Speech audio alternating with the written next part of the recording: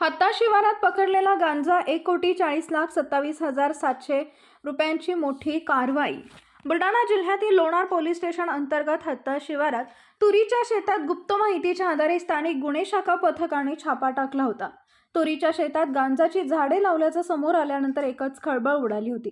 पहाटेपर्यंत ही कारवाई चालली। दरम्यान या कारवाईत कोट्यवधी रुपयांचा मुद्देमाल जप्त केल्याचं समोर आलं होतं।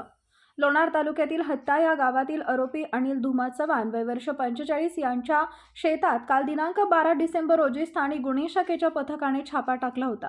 त्यानुसार कारवाई दरम्यान आरोपीच्या शेतामध्ये एकूण 14 क्विंटल अंमली पदार्थ गांजाची झाडे जप्त करण्यात आली। त्याची एकूण किंमत 1,40,27,700 रुपये एवढी होती। या कारवाई संदर्भात नेमके काय म्हटले पोलीस अधिकारी बघूया। लोणार पोलीस स्टेशन हद्दीमध्ये हत्ता गाव शेत सर्वे नंबर 181 या ठिकाणी 13/12/23च्या रात्री छापा टाकला। त्यामध्ये शेतमालक व त्याच्या ताब्यामध्ये तुरीचे पीक आणि सोबत गांजा सारखे गांजा सदृश्य हिरव्या रंगाचे गांजाची झाडाची लागवड केली। त्यामध्ये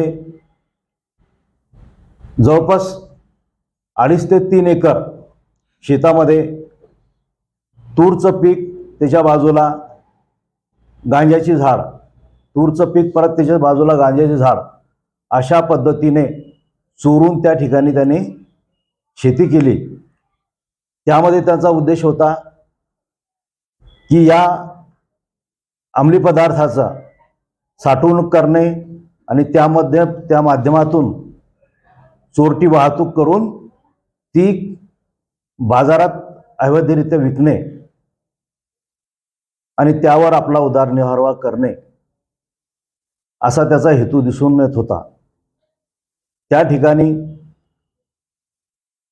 police station Mehkar, police station Lonar, police station Bibi, आम्ही स्वतः माननीय पोलीस अधीक्षक साहेब, अपर पोलीस अधीक्षक साहेब यांच्या मार्गदर्शनाखाली ही कारवाई जवळपास रात्री 00:24 वाजतापासून सुरू होऊन सकाळी 6:30 वाजतापर्यंत चालली।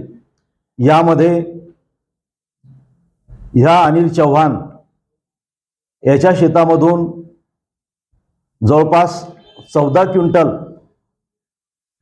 गांजाची ओलसर झाडे, ज्याची बाजारभाव किंमत 1,40,27,700 रुपये आहे, ती त्या ठिकाणी छापा मारून पकडली।